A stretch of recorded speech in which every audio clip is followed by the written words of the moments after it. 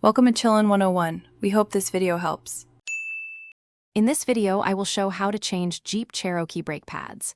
Start by parking on level ground, engaging the parking brake, and loosening lug nuts slightly. Use a jack and jack stands to lift the vehicle safely, then remove the wheel and inspect the rotor and caliper. Wear gloves and safety glasses, keep parts organized, and note pad orientation.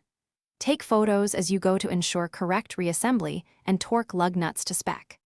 In this video, I will explain how to change Jeep Cherokee brake pads. Begin by removing the caliper bolts and supporting the caliper so the brake hose isn't stressed. Slide out the old pads and inspect the rotor and pad backing for uneven wear. If the piston is sticky, clean and free it before pushing it back with a compressor tool.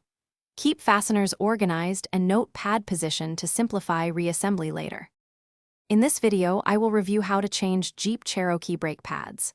Quick recommendation: pick up a book that can change how you think about money for light reading between projects.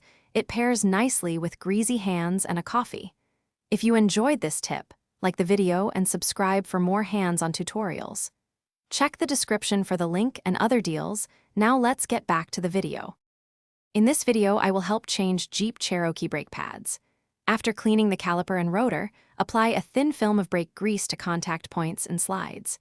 Compress the caliper piston evenly using a proper tool, then fit the new pads in the same orientation as the originals.